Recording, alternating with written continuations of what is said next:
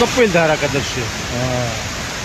ये है कपिल धारा, निकल है। ये है कपिल धारा का दृश्य। ये कपिल धारा है जो बह रही है। यहाँ का दृश्य है, अद्भुत दृश्य है। ये है कपिल धारा।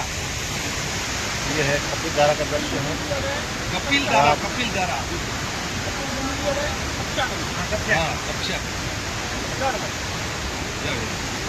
कपिल मुनि जी ने यहाँ पे तपस्या की थी हजारों वर्ष, 1000 वर्ष, 1000 वर्ष। और इसकी हाइट कम से कम इसकी हाइट होगी आप जो 200-300 फीट, 300 से 400 से फुट। बस आखिरी बताओ, ये तक नहीं जाओ। ये कपिल धारा का दृश्य है।